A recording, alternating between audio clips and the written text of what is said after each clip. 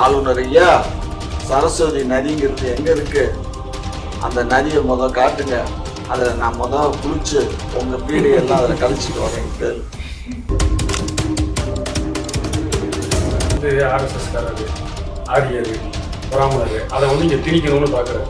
இப்போ இது ஒரு இன்னொன்று ஏழாம் ஐயா கூட்டத்துக்கான ஏழாம் என்னன்னா, விஜய் ஜெயலலிதா அந்த அம்மா உயிரோடு இருந்துச்சுன்னா ஆர்என் ரவியோ இந்த ஆளுநர் ரவி இவங்கெல்லாம் ஒரு 6 மாதம் தாங்கியிருக்க மாட்டாங்க தமிழ்நாட்டில். அதனால அன்றைக்கு இருந்த காங்கிரஸ் ஆட்சிங்கிறது வேற, இன்னைக்கு இருக்க பாரதிய ஜனதா கட்சி ஆட்சி. இவன் பூரா கரடு முரடான போயிடுவோம், உடனே ராணுவத்தை இறக்கிடுவேன். என்ன ஆக போகுது? என்ன ஒரு மசரம் ஆகாது. பட் ஆனால் ராணுவத்தை இறக்குனான்னா நமக்கு தானே பிரச்சனைங்க. இவங்களோட நோக்கமே என்னன்னா, அவன் செஞ்சுட்டான், நம்மளுக்கு துரோகம் பண்ணிட்டான், கட்சி தீவை நம்மளை கேட்காம கொடுத்துட்டான், நான் ஏத்துக்கிறப்பா. அப்போ அவங்களை பழி வாங்கணுமா இல்லையா? காங்கிரஸ் உடன்பட்டு மாமாவோட புரோக்கரோட பார்த்துருது. அடுத்தது பிரணாப் முகர்ஜி, அவன் தான் சேட்டையை கொடுத்தா, நாங்கள் ஒன்றும் பண்ணல, நாங்கள் தான் கேட்டோம், போர் நிறுத்தம், பாசிசம் தான் எல்லாம் பண்ணாரு, பிரணாப் முகர்ஜி தான் எல்லாம் பண்ணாரு. அடுத்து அந்த தேர்தல் 2 பேர் முதல்ல ஓட்டு போடுவோம். எதிர்த்து பேசணும். 40 MP வாங்கிடுறாங்க. போய் பெரியார் வாழ்க, கருணாநிதி வாழ்க, உதயநிதி வாழ்க, இன்பநிதி வாழ்கன்றாங்களே. எவனாவது ஒருத்தன் மீனவர் பிரச்சனைக்காக நாடாளுமன்றத்தில் முடக்கிருக்காங்களா? ஒரு முதல்வர்ன்றவர் 70 வயசுல அப்பா வரணும்னு ஆசைப்படுறாரு. சிறப்பு, வாழ்த்துக்கள், நல்ல காரியம் பண்ணு, வாழ்த்து சொல்லுவோம். இந்த மாசம் இந்த வர மே 23ஓட புகையிலை குட்காவுக்கான தடை முடியுது.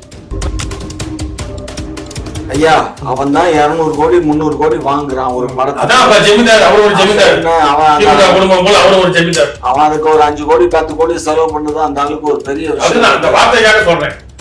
அண்ணாதுரைக்கு அப்புறம் திமுக குடும்பம், கருணாநிதி குடும்பம் ஜமீன்தார் குடும்பமா மாறிடுச்சு. அது போல இவர் சினிமால இருந்து பணக்காரனா போலீஸ் சொல்ற ஜமீன்தாரா வந்துட்டு நாங்க ஜமீன்தாரி கட்சியில தான் கொஞ்சம் சிரிப்பாரு. திமுக தாங்க இப்ப உங்கள்கிட்ட பேசாம இருக்குன்னா, அதாவது இது எப்படின்னா மனித நேயம். எல்லாரும் ஒண்ணும். நாங்க திராவிட முன்னேற்ற கழகத்துடைய கொள்கையே மனித நேயத்தை காப்போம், மனிதர்களை காப்போம். நல்லது செஞ்சா சார்.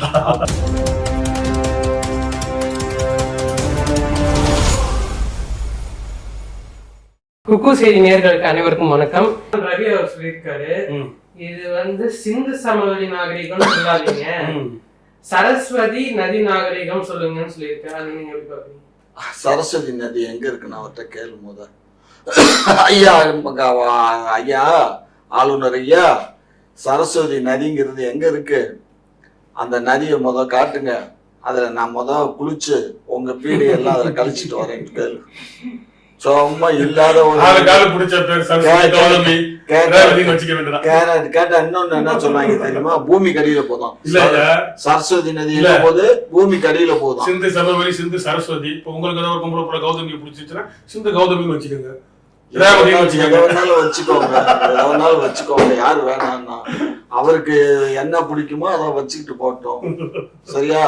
இது சிந்து சமவெளி நாகரிகம் என்பது நம்ம இந்தியா உருவாக்குனது அந்த சிந்து சமவெளி நாகரிகம். ஏன்னா நம்ம எல்லாமே அப்போ இந்தியாங்கிறது ஒரு நிலப்பரப்பா தான் இருந்தது. அதுதான் ஹிஸ்டரி. நம்ம எல்லாமே இந்த சைடு காபுல், இங்க இந்த ஏரியால இருந்து, எங்க காபுல் இல்லை, இந்த பக்கம் நம்ம ஈராக் இருக்கு இல்லையா, ஈராக்ல இருந்து தான் நம்ம இங்க பார்த்தோம் குடிபெயர்ந்து இது வழியா நம்ம பாகிஸ்தானுக்கு பக்கத்துல ஒரு நாடு இருக்குல்ல, ஆப்கானிஸ்தான் வழியா இமயமலைக்கு இமயமலையில இருந்து ஆடு மாடுகளை எல்லாம் ஓட்டிட்டு ஒரு பிரிவு இந்த பக்கம் வர்றோம், ஒரு பிரிவு அந்த பக்கம் போகுது. சரியா? அப்படி வந்த பிரிவு தான் நம்ம இங்க தென்னிந்தியா, அது வட இந்தியான்னு ஆயிப்போச்சு. சரியா? இன்னைக்கு இருக்க மாதிரி இந்திய ஆரியர்களோட வருகை, நம்ம வருகை இல்லைங்க. எல்லாம் ஆர்ஜினே அதாங்க, ஹிஸ்டரி ஆர்ஜினே அப்படித்தான். சரியா? அதுக்கு அவங்க தான் அங்க இருந்து கொண்டுட்டு வந்த விதை வித்துக்கள், ஆடு மாடுகள், இதை வச்சுதான் பெருக்கம் பண்ணி தான் இங்க டெவலப் ஆனது. அதுக்கப்புறம் தான் இங்க மனிதர்கள் எல்லாம் இதாகி பெருகி போனது காரணம். அது வரும்போது அங்க இருந்து அங்க போனவங்க நம்ம அங்க வரும்போது ஒரு இடமா தான் இருந்தது. அந்த இடம் தான் சிந்து சமவெளி நாகரிகம் சொல்லக்கூடிய அந்த சிந்து நதி. அந்த சிந்து நதியில நல்ல விவசாயம் அது ரொம்ப பெட்ரோல் ஏரியா.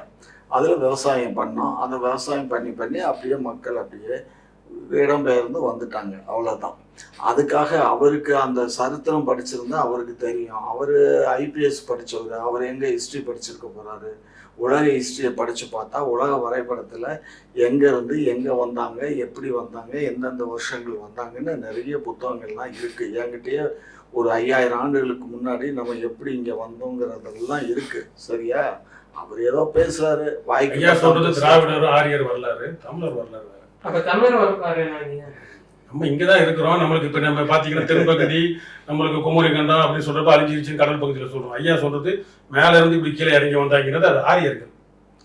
ஆரியர்கள் அவங்களோட சேர்ந்து ஆரியர்கள் வந்தது அது கைபர் கனவா வழியா காபூல் பக்கம் அந்த சைட்ல இருந்து, அந்த காபூல்ல அந்த இவங்க இருக்காங்க இல்லையா, இப்ப நம்ம நாட்டை ஆண்டுகிட்டு இருந்தாங்கல்ல முஸ்லீம்கள், அந்த அந்த முஸ்லீம்கள் பாரசீகம், அந்த பாரசீகத்துல இருந்து இந்த பக்கம் வந்த ஆளுங்க.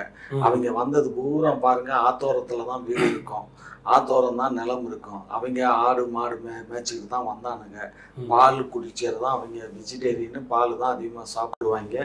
அது தண்ணி இருக்கணும் அவங்களுக்கு. அதுக்காக எந்த கிராமத்துல போனீங்கன்னாலும் எந்த ஒரு அக்ரஹாரம்னு எடுத்துக்கிட்டீங்கன்னா அதுக்கு பின்னாடி தண்ணி போகும். நீர்நிலை இருக்கிற இடத்துலதான் அவன் குடியிருப்பான். செழிப்பா இடத்த அவங்க பிடிச்சிக்கிட்டாங்க. நம்ம ஆளுகளுக்கு அது தெரியல. நம்ம தான் மம்பட்டி எடுத்து வெட்டத்தான் தெரியுமே தவிர நமக்கு இந்த மாதிரி 5ஆம் பட வேலையெல்லாம் பார்க்க தெரியாது. இல்லை அவங்க மந்திரத்தை ஓதுறது, வைக்கிறது, பேய் இருக்கு, பிசாசு இருக்குன்னு நம்மளை பயமுறுத்தியே இவ்வளவு காலம் வாழ வச்சு வாழ்ந்துட்டு இருக்கோம், இனியும் வாழ்றோம். ஆகையினால RN ரவிக்கு அருமையான நண்பரே, தயவு செய்து எங்க தேசத்தை பால்படுத்த வேணாம். நாங்க சொல்லல சிந்து சமவெளி நாகரிகம்னு. ஏற்கனவே பாரதி அவரும் பாப்பேன் தான், அந்த பாரதியே பாடிட்டு போனதுதான் சிந்து சமவெளி நாகரிகத்தை பத்திங்கிறத எடுத்து சொல்லுங்க. அதுதான் அவர் RSS காரரு, ஆரியரு, பிராமணரு, அதை இங்க திணிக்கணும்னு பாக்குறாரு. இப்ப இது ஒரு இன்னொரு ஏழாம் ஐயா கூட்டத்துக்கான ஏழாம் என்னன்னா, இதே ஜெயலலிதா அந்த அம்மா உயிரோடு இருந்துச்சுன்னா RN ரவியோ இந்த ஆளுநர் ரவி இவங்கெல்லாம் ஒரு 6 மாசம் தாங்கி இருக்க மாட்டாங்க. தமிழ்நாட்டில் அடிச்சு விரட்டிருப்பாங்க, இல்லை ஏதோ ஒரு வகையில் தொல்லை கொடுத்து ஓடி போயிருப்பாங்க. எனக்கு தமிழ்நாடே வேணான்னு அங்கிருந்து மிரட்டுறதுக்கு நான் ஒரு IPS அதிகாரி, முன்னாள் ஓய்வு பெற்ற ஆள RSS காரனை அனுப்புறேன்னு சொல்லி அனுப்பி விட்டாங்க ஆளுநரா. இன்ன வரைக்கும் அவர் இருக்கிறாரு அப்படின்னா அவருக்கான எதிர்ப்புகள் சரிவர நம்ம இந்த திராவிட அரசாங்கம், இந்த ஸ்டாலின் அரசாங்கம் கொடுக்கலன்னு தான். அது சும்மா பேரளவுக்கு அப்பப்ப ஆளுநர் நம்மளை எதிர்க்கிறாரு, இந்த சட்டமன்றத்தில் வச்சு ஒரு ஃபார்மாலிட்டிக்கு அவர் எந்திரிச்சு போக விடுறது, இப்படிதான் பண்றாங்களே ஒழிய ஜெயலலிதா இருக்கிறப்ப இல்ல கருணாநிதியே வச்சுக்கோமே, அவர் இருக்கிறப்ப இவர் இந்த மாதிரி ஒரு ஆளுநர் தமிழ்நாட்டில் 6 மாசம் நீடிச்சிருப்பாரா? நீடிச்சிருக்க முடியாது. அவங்களுக்கு அந்த ராஜதந்திர அரசியல் ஓரளவு தெரியும். ஜெயலலிதாவுக்கும் சரி கருணாநிதிக்குமே சரி, அவர் எவ்வளவு பெரிய ஆளரையா இருந்தாலும் துரோகையா இருந்தாலும் இந்த வேலையை செய்வார் கருணாநிதி. தன்னோட ஆளுமைக்கு ஒருத்தர் இடையூறா இருந்தான் அப்படின்னா இந்த வேலையை செய்வார் அவர். ஆனா இப்ப இருக்கிறவங்க தத்தி அரசாங்கம், திராவிட அரசாங்கம் அதை செய்யறது இல்லை. செய்ய வேண்டியதானுங்க, இவ்வளவு நாள் இருக்கிறாருங்க. ஒன்றிய அரசு மெஜாரிட்டியில அவன் ஆட்சி பண்ணிட்டு இருக்கான். அவன் ஆட்சியில நியமிக்கப்பட்ட ஒரு ஆளுநர், அவரை போய் நீங்க என்ன பண்ண? ஜெயலலிதா காலத்துல கூட தான் அந்த நம்ம இவரை காரை மறிச்சு அடிச்சாங்க வச்சாங்க, 2 தடவை கேஸ் ஆச்சு. யாரு அடிச்சாரோ அவரே EV பெருமாள் சாமி என் கட்சியில எனக்கு துணைத் தலைவரா தான் இருந்தாரு கடைசி காலத்துல. சோ அதெல்லாம் ஒரு பெரிய மேட்டர் இல்லை சார். அதனால இன்னைக்கு அன்றைக்கு இருந்த காங்கிரஸ் ஆட்சிங்கிறது வேற, இன்னைக்கு இருக்க பாரதிய ஜனதா கட்சி ஆட்சி. இவன் பூரா கரடு முரடான போயிடுவோம், உடனே ராணுவத்தை இறக்கிடுவேன். என்ன ஆக போகுது?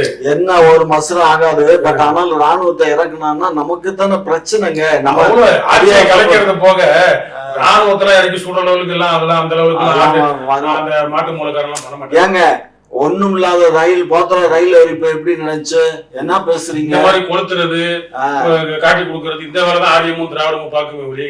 திராவிடம் பாக்குதுன்னு சொல்லக்கூடாது, திராவிடம் பாக்குது, திராவிடம் பாட்டி கொடுக்குது. திராவிடம் தான் காலகாலமா அதை பண்றதுனால என்னைக்குமே எதிர்த்து நிக்க மாட்டாங்க. ஒரு எதிர்த்து கேள்வி கட்டோம்னா அரண்டு போய் ஆமாங்க அப்படின்னு சொல்லிட்டு போயிருவாங்க. எதிர்க்கிறதுக்கு ஆள் இல்லைங்க.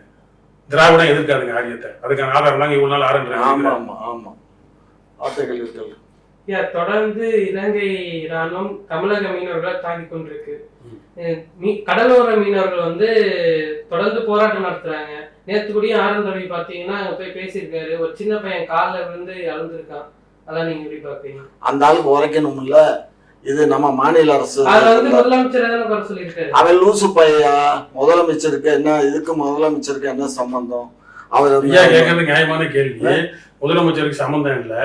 இவங்க அப்பா கருணாநிதியில இருந்து எல்லாருமே பாத்தீங்கன்னா கடிதம் எழுதுனாங்க. சீமானன் தபால்காரன் அஞ்சல்காரன் சொன்னதுனாலதான் சீமானை பிடிச்சி ஜெயில போட்டது. ஆனா கடந்த 13 வருஷமா மன்மோகன் சிங் அந்த பிரதம மந்திரியா இருந்து, இல்ல பாஜக இவர் முரசொலி மாறன்ல இருந்து மன்மோகன் சிங் வரைக்கும் 13 வருஷமா மத்திய அமைச்சர்ல இருந்தாங்களே. 2Gல திருடி தின்ன தெரிஞ்சிச்சு. அந்த கப்பல் அமைச்சகத்தை கேட்டு வாங்க தெரிஞ்சிச்சு. வெளியுறவு அமைச்சகத்தை கேட்டு வாங்கி தமிழனுக்கான உறவை நிலைநாட்டி கச்சத்தீவை மீட்கிறோமோ இல்லையோ போராடினா நீங்க அப்ப ஆன்மீகா பேசலாம். ஜெயலலிதாவாவது வழக்கு போட்டு நீதிமன்றம் உச்ச நீதிமன்றம் வரைக்கும் போய் அதை வருஷம் ஒரு அதிமுக உறுதிமொழி எடுத்தான். கச்சத்தீவை மீட்போம் கச்சத்தீவை மீட்போம்னு பேரளவுக்காவது பண்ணாங்க. இவங்க எதுவுமே பண்ணாம இந்திரா காந்திக்கு பின்னாடி போயிட்டு, அவர் சொன்ன இந்திரா காந்தி பாவடைக்கு பின்னாடி போயிட்டு எழுதி கொடுத்துட்டு கச்சத்தீவை அவங்க அப்பா கொடுத்துட்டு வருஷம் கடிதம் எழுதுறாங்க. ஏங்க நமக்கும் கச்சத்தீவுக்கு என்னங்க சம்பந்தம்? கச்சத்தீவு இந்திய ஒன்றியத்தினுடைய ஆட்சிக்கு உட்பட்டதுங்க. தமிழ்நாடு வந்து அதுக்கு இதுக்கும் சம்பந்தம் கிடையாது. தமிழ்நாடு ஒண்ணும் தாரவாக்கல, புரிஞ்சுக்கோங்க. தமிழ்நாடு தாரவாக்கல. இந்திரா காந்தி தாரம் வாங்குறப்ப இவரு கேட்காம எப்படி பண்ணுவாங்க? அதை எப்படி கேட்காம, அதை கேட்காம தான் பண்ணது. கேட்காம பண்ணாலும் இந்திரா காந்தி சும்மா விட்டுலாம். திரும்ப போய் கூட்டணி வச்சது யாரு? அதெல்லாம் இங்க பாருங்க. திரும்ப போய் கூட்டணி இங்க இதே மாதிரி கூட்டணி வச்சாங்களா? பிரணாப் முகர்ஜி வந்து அங்க போர் நடக்கிறப்ப பிரணாப் முகர்ஜி தான் காரணம். நாங்க அவர் தான் வெளியுறவுத்துறை அமைச்சர்னு அத்தனை பேர் செத்தப்ப அடுத்து பிரணாப் முகர்ஜி எலெக்ஷன்ல நின்றாரு. இப்போ ஜனாதிபதி தேர்தலுக்கு முதல்ல ஓட்டு போட்டது யாரு? இந்த திராவிட கருணாநிதி திருமாவளவன் தான். அப்போ இவங்களோட நோக்கமே என்னன்னா, அவன் செஞ்சுட்டான், நம்மளுக்கு துரோகம் பண்ணிட்டான், கட்சித்தீவை நம்மளை கேட்காம கொடுத்துட்டான், நான் ஏத்துக்கிறேன்ப்பா. அப்போ அவங்கள பழி வாங்கணுமா இல்லையா? காங்கிரஸ் உடன்பட்டு மாமாவோட புரோக்கர் வேலை பார்த்துறது. அடுத்தது பிரணாப் முகர்ஜி அவன் தான் சேட்டையை கொடுத்தான், நாங்க ஒன்றும் பண்ணல, நாங்க தான் கேட்டோம், போர் நிறுத்தம், பாசதம்பரம் தான் எல்லாம் பண்ணாரு, பிரணாப் முகர்ஜி தான் எல்லாம் பண்ணாரு. அடுத்து அந்த வேலையை தேர்தல் ரெண்டு பேரும் முதல்ல ஓட்டு போடுவாங்க. அப்ப திருடா காட்டி கொடுக்கறது கூட்டி கொடுக்கறது யாரோட வேலைன்னு? இதுதான் தமிழர் உரிமைகள் இறந்தது. அதனால நம்ம இப்ப கூட ஸ்டாலின் ஐயா மேல சொல்றது குறையலாம் இல்லை. மத்திய நடுவண் அரசு தான் வரணும். வெளியுறவு கொள்கை பிரச்சனை தான் இருக்கு.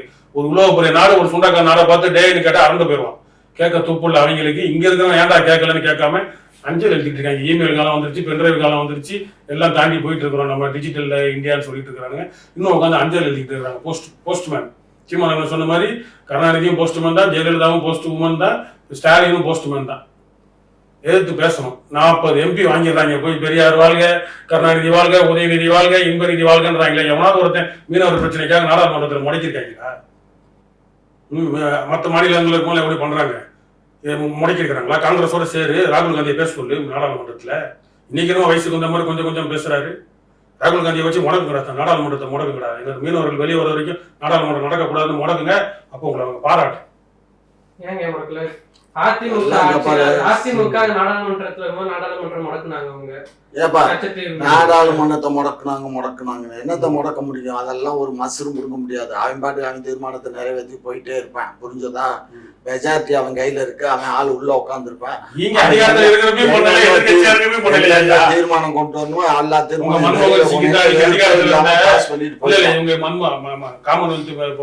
போர் முடிஞ்சு கொஞ்ச நாள்ல இந்த பக்கம் சோனியா காந்தி, இந்த பக்கம் மன்மோகன் சிங் ராஜபக்சேனோட உட்கார வச்சு வேடிக்கை பார்த்தாங்க.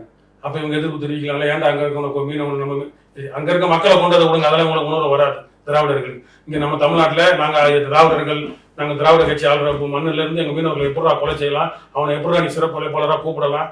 இல்ல இவங்க சொந்தக்காரங்க திருப்பதிக்கு சந்திரபாபு நாயுடு கூட்டு வந்தாரு. டேய் மாப்பிள்ள, இவர் சொந்தக்காரன் தானே சந்திரபாபு நாயுடு, எப்படா அவனை கூட்டு வர ரெடி, அவன் நம்ம சொந்தக்காரனா கேட்கலாம்ல. அதெல்லாம் கேட்க மாட்டாங்க. அவங்களை திருப்பதி கூட்டு வந்து சாமி கும்பிட்டு விடுவாங்க. எல்லாரையும் எல்லாம் அடுத்த ஒரு அதிபர் எல்லாரையும் கூட்டு வருவாங்க. நாடாளுமன்றத்தில் எல்லாம் பண்ணுவாங்க. டீலிங்கை முடிச்சுட்டு சும்மா பேரளவுக்கு அப்பப்போ எதிர்ப்பு தெரிவிப்பாங்க. இந்த மாதிரி உட்காந்து மல்லு கட்டுவாங்க. இப்ப இலங்கை ஆள்றது ஒரு கம்யூனிஸ்ட் கட்சி மாதிரி உள்ள ஒரு பிரதமர் தான் இருக்கான். அவன் வந்ததுக்கு அப்புறம் தான் அதிகமா இப்ப நடக்குது. இப்போ இவன் வந்து ஜனாதிபதியா பொறுப்பேற்ற பின்னாடி தான் அதிகமான இந்த மாதிரி மீனவர்களுடைய பிரச்சனை நடக்குது. இது வந்து தட்டி கேட்க இயலலை. காரணம் என்னன்னா, அமெரிக்காக்காரன் அவனுக்கு சப்போர்ட்டா இருக்கான்.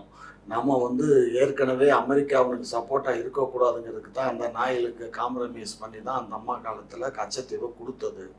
அது நன்றி கெட்டத்தனமா இருக்காங்க. நன்றி கெட்டத்தனமா சீனாக்கு போறாங்க. உனக்கு எதிராக இருக்க சீனா கிட்ட போறாங்க, அமெரிக்கா கிட்ட போறாங்க. அமெரிக்கா கிட்ட உனக்கு துப்பு இல்லாம தமிழன் அத்தனை பேரை கொண்டு விட்டு கொண்டு போய் வேடிக்கை தானே பார்த்தாங்க. மாநாட மயிலாட நித்யானந்தா ரஞ்சிதா போய் புகார் கொடுத்துச்சா? விஜயலட்சுமி மாதிரி ஏதாவது பண்ணுச்சா? நித்யானந்தா ரஞ்சிதா மியூச்சுவல் தப்பா சொல்லல, அவங்க தனிப்பட்டு அதை தூக்கி சன் டிவில போட்டு வியாபாரம் பார்த்துட்டு இருந்த நேரம் அந்த போர் நடக்கிறவங்க மக்கள் சாகிறப்ப அப்பயாவது மக்களை போராட்டத்துக்கு தூண்டி விட்டு இருந்திருக்கலாம். மனித சங்கிலி சும்மா ஒரு பேருக்கு மலையில நனைஞ்சிக்கிட்டு மனித சங்கிலின்னு ஒரு டிராமா மட்டும் போட்டு இவங்க எல்லாமே துரோகம் பண்ணவங்க. அப்ப முதலமைச்சர் எல்லாம் சேர்ந்து மக்களை சேர்ந்து தமிழ்நாடு முழுக்க இருக்க போராடி இருந்தோம்னா இந்த விலகி 40 எம்பியை விலகுறான்னு ஒரு டிராமா போட்டார் தெரியுமா, போட்டுட்டு திரும்ப வாங்கிட்டாரு. அதுல ராமதாஸுக்கு சொரணம் இல்லை, திருமாவளவனுக்கு சொரணம் இல்லை, 2 பேரும் சொரணம் விலகி இருந்திருந்தாங்கன்னா கருணாநிதி விலகி இருக்கலாம். டேய் பாரு 2 பேரும் மான தமிழ்லாம் பண்ணிட்டாண்டா நம்மளுக்கு போயிருந்தான்னு சொல்லி பண்ணிருப்பாரு. ஒரு டிராமா போட்டார் 40 எம்பி பின் வாங்குறாரு. அதை பண்ணியிருந்தாருன்னா காங்கிரஸ் கவர்மெண்ட் கவுந்துருக்கும். அதுக்கு சொல்றது கச்சத்தீவு இந்திரா காந்தி கொடுக்குறப்ப பின்னாடி பாவாடை வழியா போயிட்டு வந்தது. அடுத்தது இந்த நம்ம ஈழ போர் நடக்கிறப்ப 40 பேரை நான் பின் வாங்குறேன்னு சொல்லிட்டு பின் வாங்காம விட்டது. எல்லா துரோகமும் திட்டமிட்டு தெளிவா பண்றது இவங்க திராவிடம். தட்சிணாமூர்த்தி கருணாநிதி ஐயா ஈவ ராமசாமில இருந்து அப்படியே தொடர்ந்து தொற்று தொடரும் பாரம்பரியம் மாதிரி தமிழர்கள் கூடி சீக்கிரம் உணர்வாங்க. அடுத்த தலைமுறை நாங்க ஆளுங்கட்சியா இருக்கோம், எங்களை குறை சொல்லி தான் இவங்க ஆட்சி பண்றதுக்கு முயற்சிக்க முடியும். அதனால என்ன வேணாலும் பேசுவாங்க, செல்லாது செல்லாது அவ்வளவுதான். இதெல்லாம் தூக்கி குப்பையில காசு கொடுத்து கல்ல ஓட்டு போடுறது செல்லும் நினைக்கிறாங்க. பாப்போம் அத்தைக்கு மீச முளைக்கட்டும், அன்னைக்கு நான் சித்தப்பான்னு கூப்பிடுறேன். அது வரையும் நீங்க மீச முளைக்குதான்னு பாத்துக்கிட்டே இருங்க. விஜயலட்சுமி மீச முளைக்குதான்னு பாருங்க, அன்னைக்கு வேணா அதெல்லாம் பாக்குறதுக்கு உங்க சுபவி எல்லாம் இருக்கிறாங்க. அப்புறம் என்ன முதலமைச்சர் அப்பான்ற அழைக்க நாம் தமிழர்னு மத்த எல்லா கட்சியாரும் நிறைய பெரிய அளவுல ட்ரோல் பண்ணீங்க. ஆனா இப்போ அவரோட பிறந்தநாளப்போ பெரும்பாலான இடத்துல தமிழ்நாடு ஃபுல்லா அப்பா அப்பா அப்பா அந்த போஸ்ட் பேனர் எல்லா இடத்துலயும் கட்சிக்காரங்க ஓட்டுனாங்க. ஆனா அந்த உணர்வு அவங்க உணர்வு இருந்தாலும் ஒட்டி இருக்காங்க. எப்படி எந்த உணர்வுல கட்சிக்காரங்க அவங்க தலைவர் சொல்லிட்டாரு செய்வாங்க, மத்தபடி என்ன உணர்வு? ஸ்கூலுக்கு போனவங்க எல்லா சின்ன பசங்க அப்பா நீங்க அப்படி சொல்லி உங்களை சொல்லி ஏதாவது காசு கொடுத்தாங்களா? அதெல்லாம் ஸ்கூலுக்கு போறவங்க அவங்க அப்பாவை அப்பான்னு கூப்பிட்டுருப்பாங்க. இவர் ஆசைப்படலாங்க, ஒரு முதல்வர்ன்றவர் 70 வயசுல அப்பா வரணும்னு ஆசைப்படுறாரு. சிறப்பு, வாழ்த்துக்கள், நல்ல காரியம் பண்ணு, வாழ்த்து சொல்லுவோம். இந்த மாசம் இந்த வர மே 23ஓட புகையிலை குட்காவுக்கான தடை முடியுது. என்னத்தமா பண்றாங்க இந்த திராவிடர்கள்? ஒரு இதுலயும் இருந்து போதை அடிக்க போதை போடாதீங்க பிள்ளைகளேன்னு அந்த சித்தர்கள் சொல்ற மாதிரி இவங்க தாத்தா இவங்க அப்பா வேஷம் போடுறாரு திராவிட அப்பா. உண்மையிலே பண்ணணும்னா நிரந்தர தடை கோவா வச்சிருக்கு. ஆரம்ப கட்டமா 8வது பள்ளிக்கூடம் விட்டு வர பிள்ளைகள் அந்த ஸ்கூல் டிராப் அவுட்ஸ் எல்லாம் பிடிக்கிறது, அந்த கூல் லிப்பு பீடி இந்த ஆரம்ப கட்ட போதை இதுதான், குட்கா மாவா இதுதான். இதுக்கான தடையை வருஷம் போன் ரீசார்ஜ் பண்ற மாதிரி பண்ணிட்டு போலீஸுக்கு கட்டிங் கொடுத்து விற்கிறது. அந்த தடைக்கு இடைப்பட்ட காலம் இருக்குல்ல, ஒரு 2 மாசம் 3 மாசம் வடநாட்டு கோடிக்கணக்கில் சரக்கை இறக்கிறது. இன்னைக்கு மாவா போடாத கூலிக்காரங்க இல்ல செக்யூரிட்டி வேலை கீழ்நிலை வேலைகள் பாக்குறவங்களாம் மாவா குட்கா போடாத ஆள் கிடையாது. அப்போ அந்த தடையை நீக்காம 2 மாசம் இடைவெளி விட்டு சரக்கை இறக்கிட்டு தடையை போட்டுட்டு காவல்துறைக்கு லஞ்சம் கொடுத்து மந்திரிகளுக்கு லஞ்சம் கொடுத்து இந்த ஆரம்ப கட்ட போதையை ஒழிக்காம அதுக்கப்புறமா சாராயம் கலாச்சாரத்துக்குலாம் வரணும், கஞ்சா வரணும். எங்கேயோ போயிட்டாங்க, PhD வரைக்கும் போயிட்டாங்க. இந்த ஆரம்ப கட்ட போதையை ஊக்குவிக்கிறது இந்த திராவிட முனைப்பாடு. இப்ப பேசுறதுல மே 21 தடை இருக்குன்னு அந்த தடையை நிரந்தர தடையா மாத்திட்டு போனா நீ நல்லா அப்ப 70 வயசுல நீ அப்பன்னு ஆசைப்படுறது மகிழ்ச்சி, இல்லைன்னா ஊதாரி அப்ப நீ. அதுக்கான ஒன்றிய அரசு தான் பண்ணணும் கண்ணு. ஒன்றிய அரசா? மாநில அரசு தான் புகையில குட்கா தூக்கி சட்டமன்றத்துல போனது. நம்ம மன்றத்துல நம்ம 1 ஆண்டுக்கோ இல்ல 5 ஆண்டுகளுக்கோ நம்ம பண்ணிட்டு இருக்கலாம். அது ஜெயலலிதா வந்துச்சு லாட்ரி, தமிழ்நாட்டுல மட்டும் தானங்க லாட்ரி தடை, நிரந்தர தடை தானங்க போட்டுச்சு. ஜெயலலிதாக்கு இருக்க சூடு சோரணம் ஒண்ணுமே உங்களுக்கு இல்லையேங்க. ஒரு தீர்க்கமான முடிவு, ஒரு தெளிவான முடிவு, ஒரு பொதுமக்கள் பாதிப்புல இருந்து ஒரு பெண்கள் எல்லாத்தையும் விடுதலை செய்யற முடிவு, அப்படி செஞ்சு தீர்க்கமான முடிவை செஞ்சுட்டு நீங்க அப்பன்னீங்கன்னா அப்பா நல்ல காரியம் பண்ணிருக்காரு, சமுதாயத்தை மீட்டு எடுத்துட்டு அப்பான்னு சொல்லலாம். சாராய கரையை ஒரு பக்கம், குட்கா மாவா கஞ்சா அதெல்லாம் மெட்ட போதுமையா ரொம்ப பேர் போகுது. கஞ்சாலாம் சகஜமாயிருச்சு, திராவிட பானம் ஆயிடுச்சு. அதெல்லாம் அதை தாண்டி எங்கெங்கயோ போயிட்டு இருக்கிறாங்க. இந்த அடிப்படையில கட் பண்ணுங்க, அடுத்த தலைமுறையை மீட்டெடுங்கிறாங்கன்னா அது வருஷம் டெலிபோன் ரீசார்ஜ் மாதிரி. அது கேட்டா என்ன சொல்றாங்களாமா, அந்த போராளிகள் புகையிலை எதிர்ப்பு போராளிகள்கிட்ட கேட்டா என்ன சொல்றாங்களாமா, வணிகர்கள் ஒரு சில பேர் வேணான்றாங்க. எந்த வணிகன்? திமுக திருட்டு போயிருங்க அந்த கஞ்சா விற்கிற மாதிரி மாவா கடையில விற்கிறாங்க தெரியும், எல்லா கடையிலும் விற்க மாட்டாங்க, ஒரு குறிப்பிட்ட கடையில வைப்பான், காவல்துறைக்கு அதுக்கு தெரியும், அவங்க வரப்ப எடுத்து ஒழிச்சு வச்சிருவாங்க. இந்த வணிகர்கள்ன்ற பேர்ல திமுக போர்வையில் இருக்கிறவங்களுக்காக இந்த சப்ளைக்காக இந்த ஆரம்ப கட்ட வாய்வழி போதைப் பொருளை விற்கிறாங்க. மே 23 நிரந்தர தடை போட்டாங்கன்னா நீ மானமுள்ள அப்ப இல்லைன்னா ஊதாரி அப்பன் தான் நாங்க ஊர் முழுக்க கொட்டடிப்போம். 2026 தேர்தலில் யார் வெற்றி பெறுவாங்க? வெற்றி நம்ம எப்படின்றது கணிப்பு இந்த இந்தியாவிலே வாக்கு காசு அப்படின்ற ஆயிடுச்சு. அது குறிப்பா அந்த தமிழ்நாட்டில் உள்ள திராவிட கட்சிகள் எல்லாமே காசு கொழுப்பு அப்படின்ற மாதிரி ஆயிடுச்சு. ஓட்டு அரசியல் ஒரு வணிக மயம் ஆயிடுச்சு. அதுல இப்ப புதுசா பல கட்சிகளுக்கு விஜய் வந்திருக்கிறாரு, பாஜக தேசிய கட்சியா இருந்துக்கிட்டு அவன் எல்லா இடி எல்லாத்தையும் வச்சுக்கிட்டு அவன் ஊடுருவ பாக்குறான். நாங்களும் தொடர்ச்சியா போராடிட்டு இருக்கோம் 10 வருஷமா. அதனால ஒரு புது மாற்றம் வரும், இல்ல ஒரு குழப்ப நிலை வந்தாலும் அது நல்லதை நோக்கி நகரணும் தான் ஆசையை ஒழிய திமுக திரும்ப வரக்கூடாது, அதிமுக வரக்கூடாது, அவ்வளவுதான். இப்ப 2026 தேர்தல்ல நான் தான் முதலமைச்சர் தாவேகா தலைவர் விஜய் அவர்கள் சொல்லியிருக்காங்க. அது நீங்க அப்படி சொன்ன மாதிரி தெரியலையே. சொல்லியிருக்காங்க. அப்படியா? ஆமா, அது அவரோட ஆசை. ஆனா அதுக்கு வந்து ஒரு ஸ்டாலின் ஐயாவது பார்த்து லேசா அப்படி பார்த்து படிக்கிறதுக்கு தெரியும். இவர் இவர் நல்லா பேசுறாரு போல, அப்படியே மனப்பாடம் பண்ணாம பேசுறாரு போலன்னு பார்த்தா அவராது துண்டு சீட்டுனா அது ஏப்போர் சீட்டு பண்டல் கணக்கில் வச்சிருப்பாரு போல. 2 நிமிஷம் ஸ்டக் ஆகிட்டு படிக்கிறாரு. அதனால இவருக்கு யாரை வேணா தூண்டி விடலாம், யாரு வேணா ஆலோசனை கொடுக்கலாம், யாருக்கு வேணா ஆசை இருக்கலாம், பண்ணலாம். ஒழுங்கா செய்யுங்க. ஒரு அவுட்புட் வெளியே கொடுக்கறது வந்து ஒழுங்கா செய்யுங்க, உருப்படியா செய்யுங்க. இப்ப அதான் நான் சொல்ற மாதிரி திமுக இருந்துச்சுன்னா, திமுக தொடக்கத்துல நல்ல கட்சி, ஒரு நல்ல நோக்கத்துக்காக மொழியை காக்கிறதுக்காக உருவான கட்சி. அது அண்ணாதுரை ஐயா வரைக்கும் தான். இந்த கருணாநிதி வந்தோன்னா கருணாநிதி குடும்ப கட்சியா மாறிடுச்சு. அதை எதிர்த்து வந்து கணக்கு கேட்டு வந்தது எம்ஜிஆர் அதிமுக கட்சி. சரியா?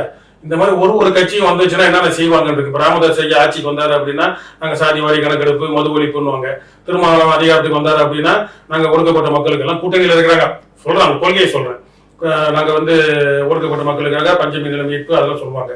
அடுத்து நாம் தமிழர் ஆட்சிக்கு வந்துச்சுன்னா நாங்க தமிழ் மொழி காப்பு, அனைத்து துறைகளுக்குமான வேலை வாய்ப்பு எல்லாமே வந்து நாங்க பாதுகாப்பு எல்லாம் நாங்க பேசுறோம்.